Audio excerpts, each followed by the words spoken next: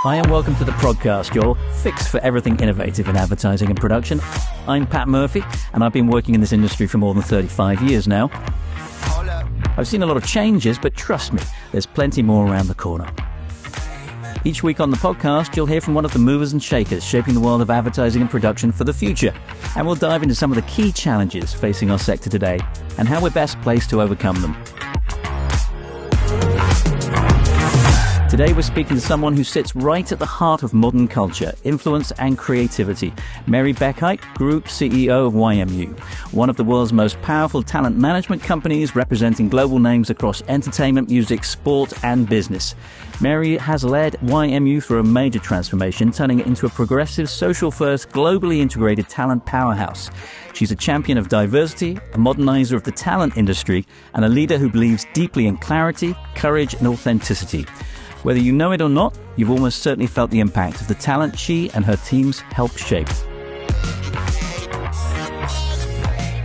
Mary, welcome to my humble podcast. Thank you so much. What an intro. Now, I saw you must have been about a year ago in Cannes, and you were telling me about the transformation you're going through at YMU. Is that now finished? Still work to do? It's always ongoing. We love the opportunities that come with the changes in the industry. And I think, we've seen so much, haven't we, over the last 10, but in particular, I would say the last 5 years. And it's been a really interesting ride for us because, so much of our past and our heritage was based on linear TV in the UK. And I'm proud to say we still retain so much of that business. It's still an incredibly important part of the ecosystem. But of course, it's contracted over the last few years. And what we've done is to respond to that and to see that as a huge opportunity and not necessarily just a challenge, because of course it's challenging as well. And embrace, some of the social media opportunities, both from now representing social first talent, but also helping our more, quote, traditional talent embrace social. And we've done that in parallel, and we've done that, I would say, relatively successfully. So enjoying to continue the transformation. I never think that work is done, actually. Now, I see you everywhere on LinkedIn, right? Lol. Every time I put my LinkedIn on, there you are, Apologies. You're somewhere, or you're on a panel somewhere. That must mean you have the most incredible operational team to back you up in the office. Yeah. The entire philosophy of YMU is about the power of the collective. No one person makes YMU work. We have got a phenomenal team, and I can say that hand on heart. Not just people who are brilliant at their job and phenomenal operators, and of course you need those, but people that genuinely align with the values of the group, which are around being client first, around collaboration, around, courage, curiosity, being egoless. And I feel unbelievably privileged to work with the people that I do. We have brilliant managing directors, we have brilliant ops people, brilliant finance people, and those sort of hundreds of people come together as a collective in order to get the right outputs for our client. But yeah, I couldn't do what I do on a day-to-day basis without the team behind me. So let's go back to the beginning. You actually wanted to be a music journalist. I did. I obviously went left at the lights somewhere. I don't know what happened, Pat. But I loved music growing up. I still love music now. And I was fascinated by it. And I thought the right way, or the closest way for me to get close to musicians and bands and that energy was journalism. And actually, as I started on that journey, it was very, very light touch. I soon realised that actually what I wanted was to be in the room where talent made decisions and help influence those decisions. So the music journalism was kind of a first step in trying to understand why I was so attracted to creative people and the creative industries. And then it gave me that glimpse into, okay, I actually want to be in the room with these people when they're making their product, when they're making decisions that matter. And so that's kind of how it evolved. But yes, it was initially what I wanted to do. So did you ever become a music journalist in the end or not? No, I did a series of internships for the NME and Melody Maker and Select and a whole bunch of magazine and papers, some of which no longer exist, some of us sadly. Remember those. By the way. I know, I'm giving away my age here, but they were huge at the time. So I did that for a little bit whilst I was also studying. But no, I never fully transitioned into that. So how did you go from that ambition then to running one of the most successful talent management companies? Gosh, it's been a long walk. It has been a very, very long walk. And it was never my ambition to be the CEO of a talent management company. That was never some sort of North Star in my head. I always took the next interesting opportunity. And I always concentrated on doing a brilliant job of whatever I was doing at the time. And I always say this internally, whatever small thing you do, that's the way you do everything, And I started as at a much smaller agency called Limelight. Having left university, I saw a tiny advert that said agent seeks assistant on the University of London website. I was sort of like, I think I know what that is, but I don't really. Got the job, and I thought I'll do this for 6 months until I figure out what I'm doing. And I ended up staying for 7 years. And it was a great education there because it was small. You had to do everything. You had to do the brand deal, the live deal, the TV deal, the book deal, the everything deal. And I did that for 7 years, and I sort of reached a ceiling there, and I'd had a great run. But I thought, God, I better do something. What am I going to do with my life? I've got to, turn 30. And it felt like a moment to start to take stock. And Broadcast, which is obviously a TV trade magazine, ran a sort of list of 30 under 30. And I thought, oh, God, this is my last chance saloon. I'm 30. I better have a go. So I said to my boss, look, I think it would be really good for the agency and me to do it. And it was the first year they allowed managers and agents into that list. And I got in.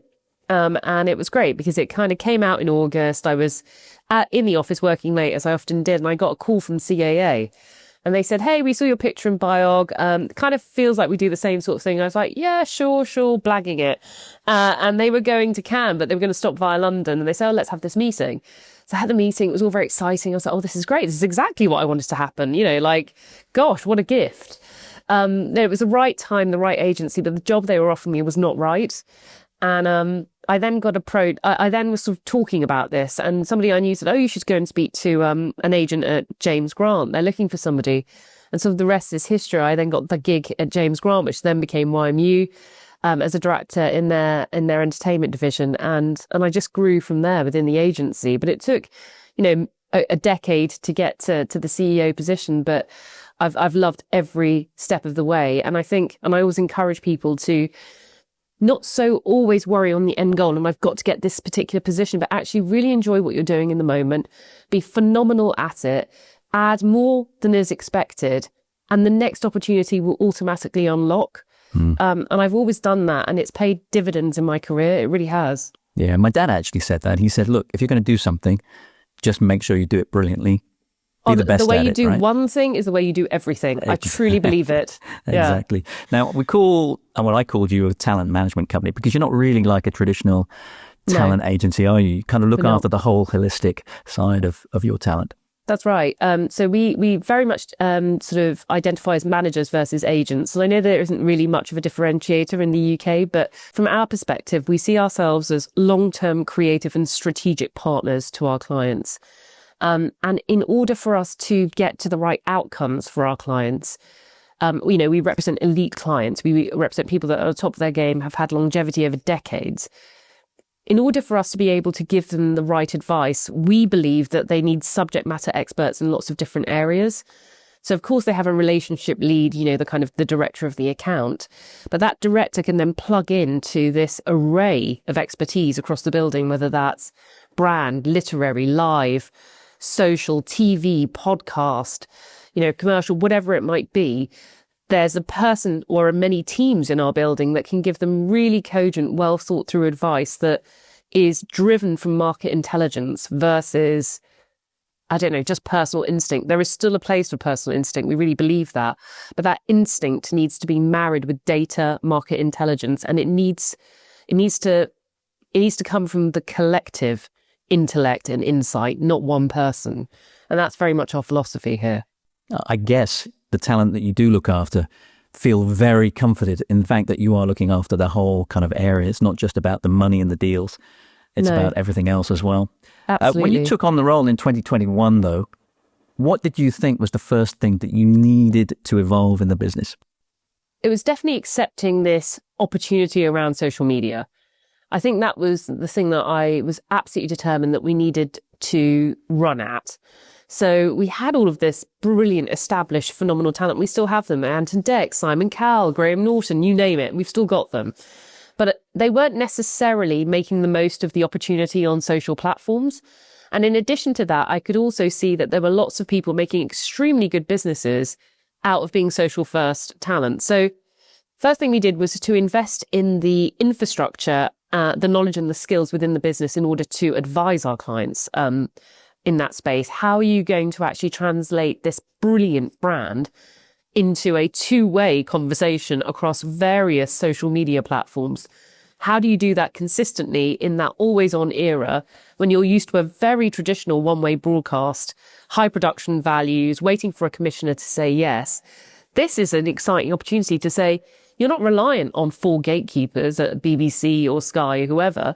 You can immediately come up with an idea, create it. You don't need a shit ton of cash to do it. And you've got an audience giving you real live data. You know, we can pivot, we can evolve, we can iterate. Super exciting. So we did that. Then in addition to that, there was a management company called Glean Futures, which at that point was the preeminent social first management, the sort of James Grant of the social world. And we had looked at them and admired what they had achieved over the last sort of 10 years in the creator economy. And so we kind of made a move on them, brought the leader over, brought the entire team over and all of their clients.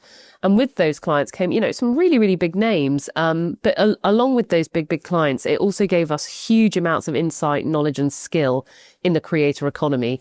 And so the combination that we were able to put together in our entertainment division of these mega established names with these brilliant social first creators, blending the skill base and the opportunities around both types of talent has been phenomenally successful for YMU.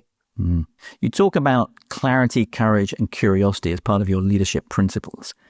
First of all, where did those come from and how did they guide all the decision making that you do?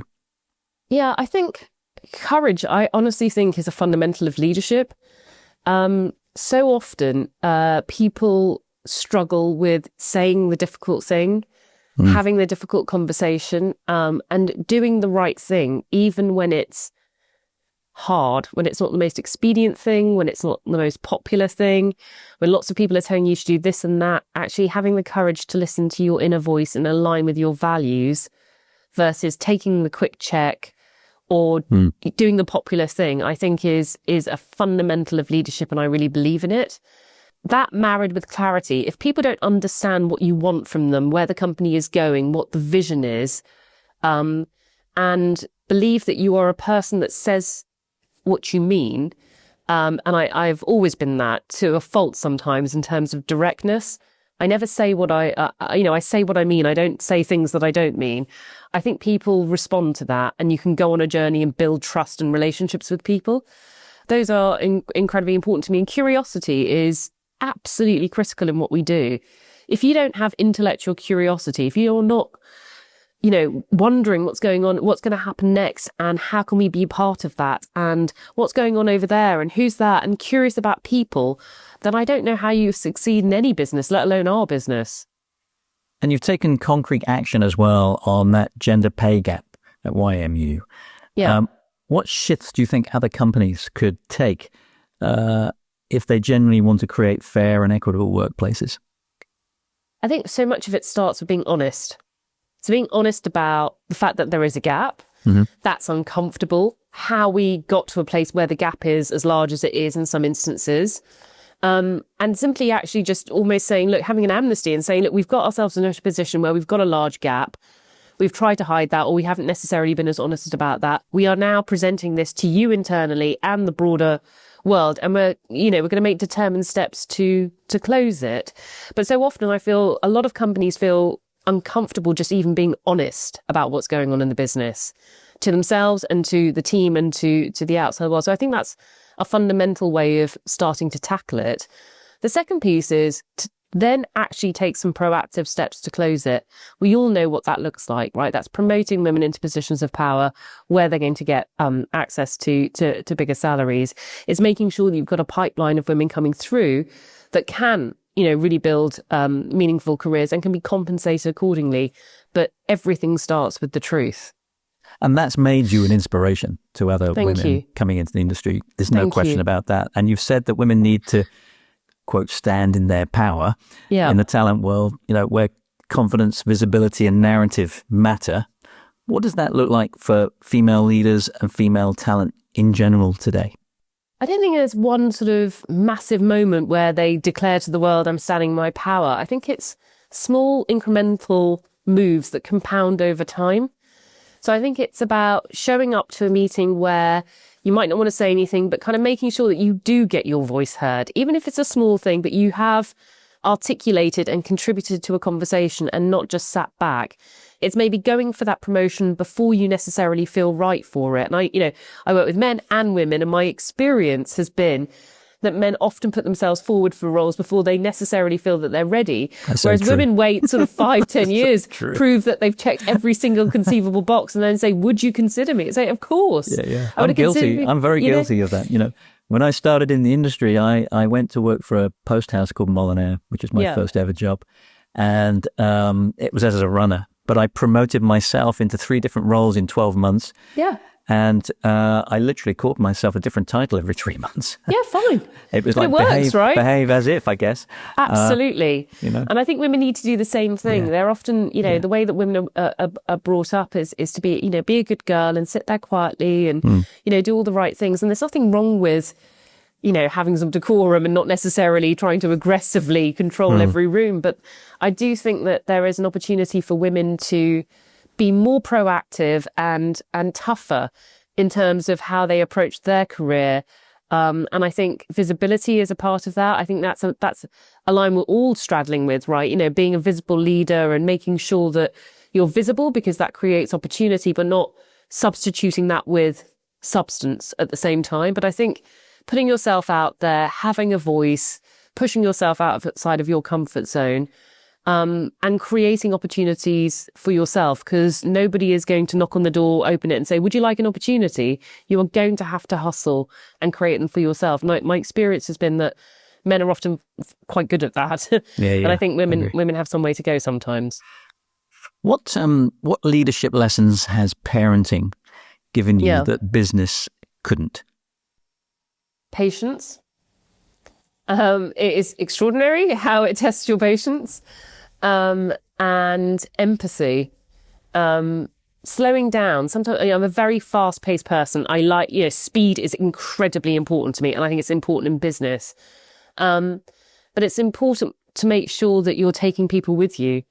And I think empathy is a big, big part of business. I think patience is a big part of business. And I think active listening is a big part of business. Historically, I think prior to being a mum, I probably would have been like, yeah, cool, let's go. Just get to the destination, go. And now actually I think, no, this person is actually trying to communicate something to me. And it might take me a little longer than I want in the meeting in order to get to that nugget. But I'm going to give them the space and the time to tell me what they need to tell me. And I think being a mum has made me slow down in order to listen actively to people, which in turn has made me more empathetic as a leader. And how do you maintain, because authenticity for me in our business is really important, and I think it is in yours as well. How do you maintain that authenticity in a world driven by data and attention?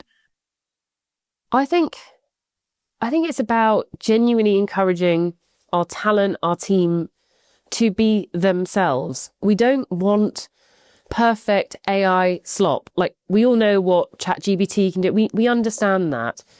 But actually, we're living in the knowledge piece is done, right? Anybody now with access to the internet can get infinite amounts of knowledge, where historically you had to go to an expert. That's gone, right? Anyone in the click of their fingers can get access to phenomenal amounts of knowledge. What people need now is context and judgment. And that is a human trait. People want to see your analysis, your insight, your personal take on whatever the situation is. And so I think actually in an age of AI where everything's becoming so easily sort of imitated and quotable, what we're all kind of yearning for is this human, bespoke, crafted feel to things, that sort of almost messy middle piece. That is what people are responding to, not this curated perfection. It's exhausting, it's boring, it doesn't make you feel anything. And actually, what makes you feel something is the human judgment, creativity, passion. I don't believe AI can replace that. I think it can make us quicker and more expedient at things, but I feel that authenticity is the thing that people connect with. And for our talent, so much of their brand and business is based on being able to build a connection. Oh, I completely agree. So you brought up AI, so I'm going to carry on with AI if that's okay. I mean, how is that impacting your world? And would you ever think about looking after an influencer that might be AI created?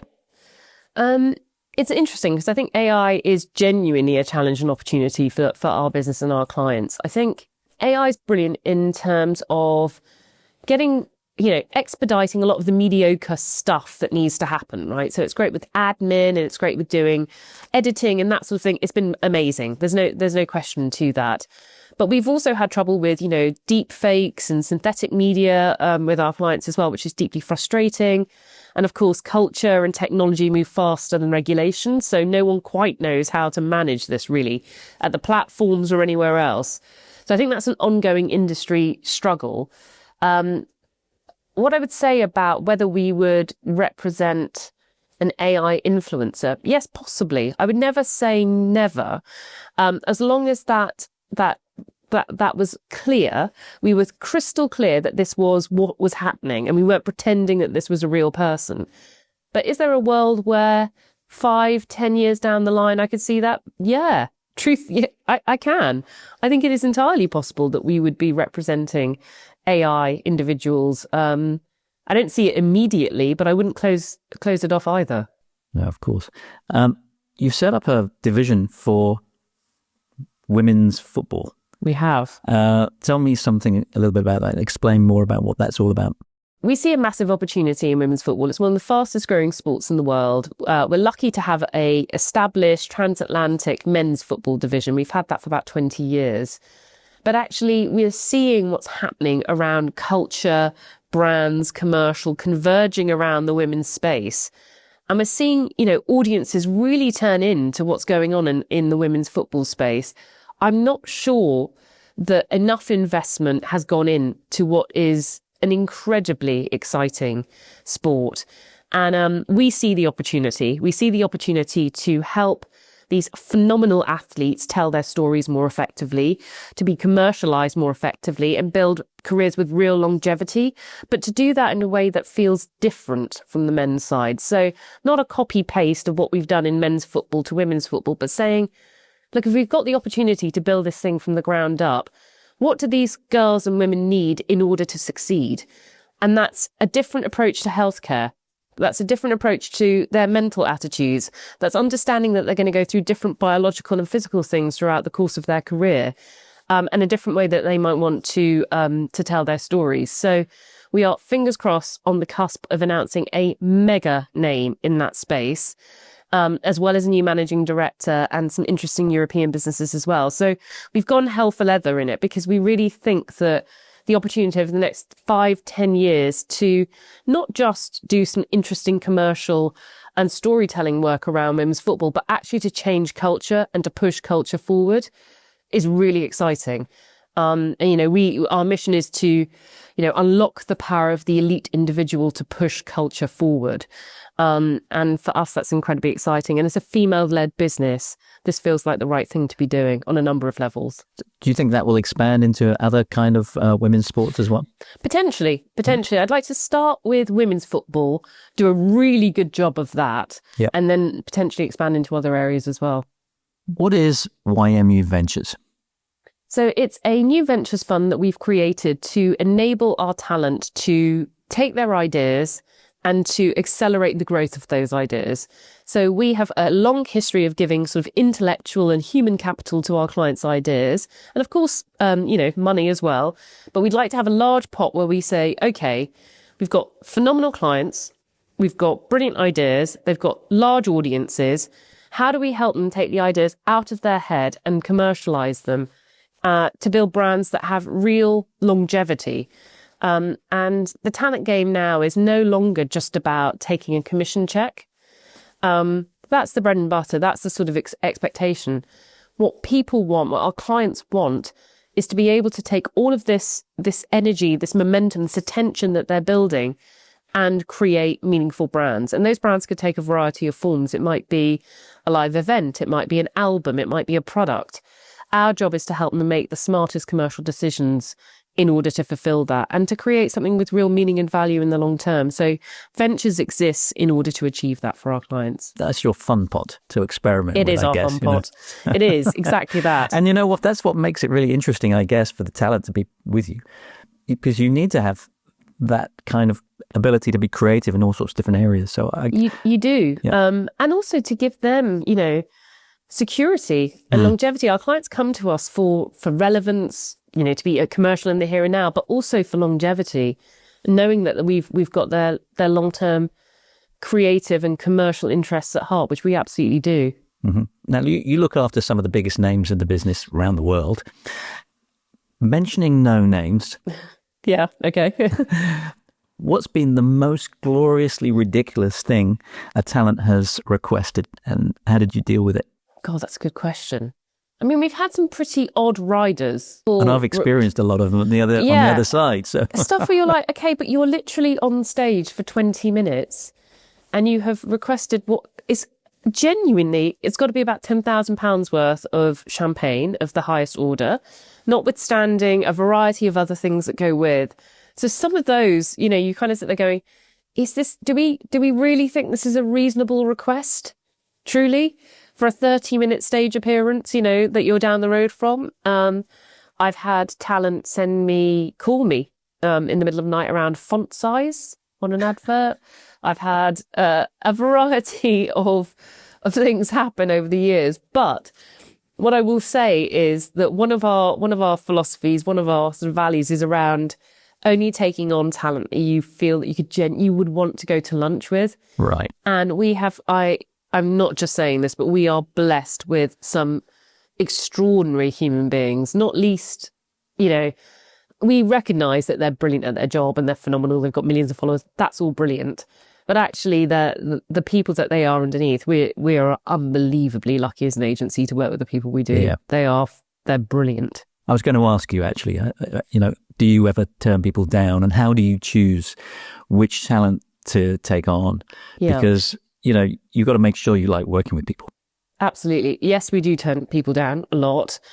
As I mentioned at the beginning of our conversation, just the volume of resource we put around individuals, it has to make sense.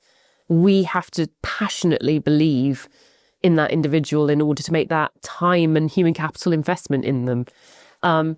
We try to be as elite as possible in terms of the individual that we work with.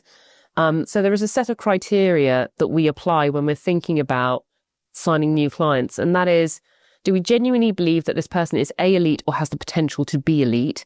Do we see that the market is responding to them and wants to engage and work with them? Do they have a good reputation?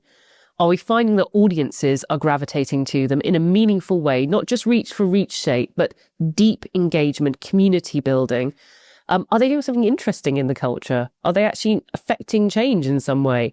These are all the things that we think about in the round when we look at new clients. And yeah, we are selective about who we bring on as a result of that. Now, one of the nicest surprises, and I think I mentioned it to you last year, was the interview that Simon Cowell did with Stephen Bartlett, Diary of a CEO. And in that space of about an hour or so, I thought, I really like this guy. And it completely changed my view of Simon. Was that the strategy that you had? Yeah, exactly that. I think people see Simon as the phenomenal, media creative entrepreneur that he is. There are very few people that you could cite out of the UK that have had the effect globally on the media landscape that Simon has had. So I think he's well established and got that respect, but very few people, I think, understand him as an individual. And we wanted to bring that part of him more to the fore, which is, yes, this kind of mega entrepreneur, but also this is a guy that's gone through so much in his life, whether that's grief or bankruptcy or, losing things and starting things and actually trying to make him a more rounded character, more understood as a human, not just as a kind of almost caricature or this famous guy over here. And the outpouring of emotion and connection that followed that interview, to your point, I think made that piece of positioning very effective from our perspective. That was great. Thank you. Now, you've you've got talent that have been successful for decades. Yes. The likes of Anton Deck and Graham Norton, people like that. But how do you manage to keep them relevant for decades? I mean, that must be so hard. What's the recipe for that? I think a lot of it comes from them. So, you know, I'd love to say it's all us. It's working in combination with people that are genuinely brilliant. They intuitively understand where the next trend is coming. They understand that they need to embrace the new and not fight it. And so you look at people like Anton Deck, who could very happily sit on ITV, got I'm a Celebrity, Britain's Got Talent, these big behemoths that kept them at the top of their game. But they don't just settle for that. They think, okay, well, what's next? And so they've got this, you know, new podcast, Hanging Out with Anton Deck. They've got their social channel, Belterbox, on YouTube. They spend time on their Instagram, etc. They're always thinking about the next thing, and they're creative fundamentally at their heart. So they're able to create brilliant ideas, produce them, and then distribute them in different ways for different channels. And I think they're phenomenal. Like a Davina, McCall, for example. You know, she comes from a place of authenticity, and I think audiences understand that. So when she was going through the menopause, she was like, this is happening to me. I cannot get access to resource or information that is useful. I'm going to change the game here. And she went on a mission. You know, she did some documentaries for Channel 4. She then wrote a book called Menopausing, which went, you know, absolutely huge bestseller, won Book of the Year at the Nibbies. But she's actually had an impact on the culture. She's changed the way millions of midlife women in the UK approach their health now. It's that authenticity, it's that creativity, and it's an ability to take what's within them and apply it to the moment. And our job is to help them tell that story as effectively as possible.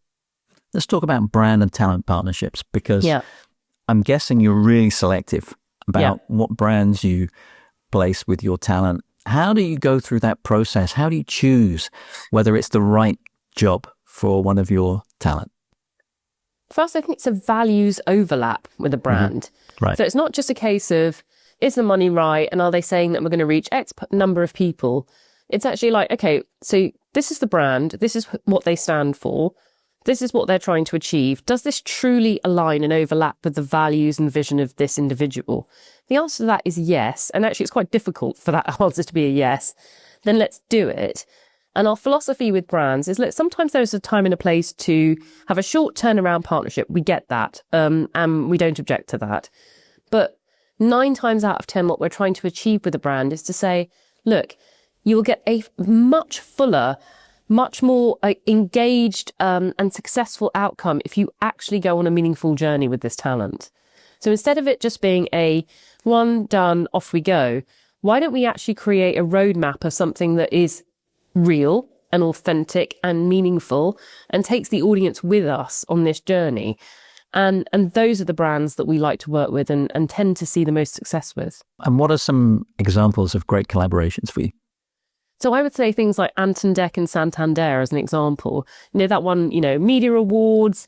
It was in the public consciousness. It tapped into Anton Deck's creativity. It was funny, but it landed the message. You know, it was one of those ads where you weren't quite sure who actually came up with the concept. Was it Anton Deck? Was it the brand? It sort of perfectly fused into something that was effective for the brand, was great for Anton Deck, won awards, and connected with audiences and lasted for many, many years, right? It continues to last as an example. It's those sorts of deals where you go, yeah, this is it. This is the one that's humming. It's a win-win for both sides, isn't it? Exactly. And that's what you want. Yeah. That's what you want. Great. Do you think that talent managers, and I'm sure you've got some brilliant ones, and I know you've got some brilliant ones in your business, do you think that they're good at their job because they love people, or because they can read people? It's a good question. I think it's a mixture of the two things. I think you shouldn't be in talent management where you have a deeply personal relationship with your clients if you don't like people. And so much of it is chemistry led. So I think being able to read your client and understand them so well that you can get to a point where you're almost anticipating their needs, or you might have a read on how they think about something even before you've put it to them. I think that is a a skill, and I think that is difficult to replicate and scale. But I think a lot of our talent managers have a lot of emotional intelligence and the bandwidth to do that. And I think that's a really fundamental part of our job. We are working with human beings. They're not products, they're humans. And those human relationships are critical to the success of us being able to look after our clients effectively. Now, in my job over the years, I've had bouts of imposter syndrome, right? Mm-hmm. I sometimes kind of go, how on earth did I get here? Yeah. Have you ever felt that way? Yeah, of course. I think anyone that's had any modicum of success will go, oh my God, me, really? But I think as you kind of go through the path of life and you kind of achieve more and, you kind of get the data that actually, I've done these things and these are all things that I can point to that are credible and real and exciting. I feel that less and less through my career these days. Not to say that, I don't get intimidated or whatever, all of the stuff that we all feel. But I would say I feel that less now than I did when I first started. Who's the real Mary, though? When no one needs anything from you. Yes, that's rare. Who is the real Mary? I don't know. I'm just a person that, I've got a brilliant family. I've got all of those sorts of things. But I'm a person that if I'm left to my own devices and I have a day to myself and no responsibilities, I'll go to a gallery, I'll read a book, I will, go and watch a film. I'm somebody that loves culture. I'm somebody that loves storytelling. I'm fascinated by other people. And I'm a bit of an introvert, actually. I'm not out, partying all the time or anything like that. I like being with a small group of people, pursuing my passion, which is around culture, art, music, fashion, those sorts of things. Yeah. So if I got a day to myself, I'm doing something in one of those spaces. Now we're going into a new kind of era, the whole AI era. And, we've got a lot of kids that are coming out of college. You've got kids too, as I have. What are you advising kids to learn or to study or, when they leave college? What is the whole job situation? What are the skills that the kids are going to need in this new era of AI? I think it's the human skills, right? I think it's the emotional intelligence. I think it's the ability to collaborate and work in teams. I think it's about storytelling. I think so much of the future is going to be handed to the individuals, no matter what the context or distribution platform, that are able to take the complexities of modern life and modern business and create stories that cut through and reach people in whatever way. And there's such a race for attention. There's so many messages that we're bombarded with. I think if you are a person entering the workforce that has an ability to break down complexity, to take that and turn it into storytelling that takes people with you, whether that's a small group of people or an enormous group of people, that's enormously valuable. I think that as the knowledge piece becomes ubiquitous and everyone has access to that, your ability to navigate humans and bring them together in order to execute, is at the end of the day, AI can't actually do the thing. How you use and harness some of that emotional intelligence in order to get to the outcomes that you individually or a business want is incredibly important. Curiosity, not just going, okay, I'll whack it in ChatGPT and see what happens, but actually taking the time to really go deep into areas of passion and authenticity, right? Nobody wants this perfect curated influencer turning up at the doorstep. We want you to be you and to contribute as yourself. And it's that diversity that makes a business richer. So that's what I would encourage anyone to focus on. I think it is, you're right, it's the human skills. So, particularly as, more and more kids, they're getting stuck in their, phones and iPads, and they're losing the ability to communicate. Completely agree. And I think that the human skills like selling and influencing and negotiating and all of these things are going to become more important. No one's going to buy from a robot. Exactly. They're going to buy from a human being. Absolutely. So, that's really critical. So that's the stuff I'm teaching my kids. Absolutely agree. It's needed and probably neglected, I would say, at this stage. Now, I could talk for you for hours, but I can't. The same. So okay. I'm going to have to finish this. But we got one more question. Of course, It's always the question we ask at the end. Mary, what's your favorite ad of all time? The one that comes to mind is, I don't know if you remember it, but it was Sophie Dahl for the opium advert for Yves Saint Laurent. And she's completely naked. She's this alabaster white skin, fiery red hair on this sort of black background. And it was genuinely arresting at the time because, I was relatively young, and it was like, my God, there was this unbelievably striking visual. But once you kind of honed in, it was this woman in a moment of pleasure, and it was sexual and explicit and quite exciting and unapologetic. And that, I felt, was a woman standing in her power. This was not, a little shrinking violet doing her usual smelling a rose for a perfume advert. This was a woman who was embodying freedom and sexuality, ambition, this extraordinary aesthetic, and all of that coming together, I found unbelievably compelling and arresting. And I always remember that advert. Mary, it's been such a delight to have you on the podcast today. Thank you, Pat. I really appreciate the time. I guess I'll see you in a couple of weeks in Cannes. You will. I look forward to it. Today, we've been talking to Mary Bekhait, a leader redefining what talent, culture and creativity looks like in the modern world. Her work is a reminder that influence isn't just about reach, it's about authenticity, narrative and purpose. If you have any comments, questions or feedback, please email us at podcast@murphycobb.com. I'm Pat Murphy, CEO of MCA. Do come and connect with us on LinkedIn or Instagram. All the links are in the show notes there. And please like the podcast at your favourite platform. Thanks again to Mary, my team at MCA, and to my production partners at What Goes On Media. Thanks for listening. See you next time.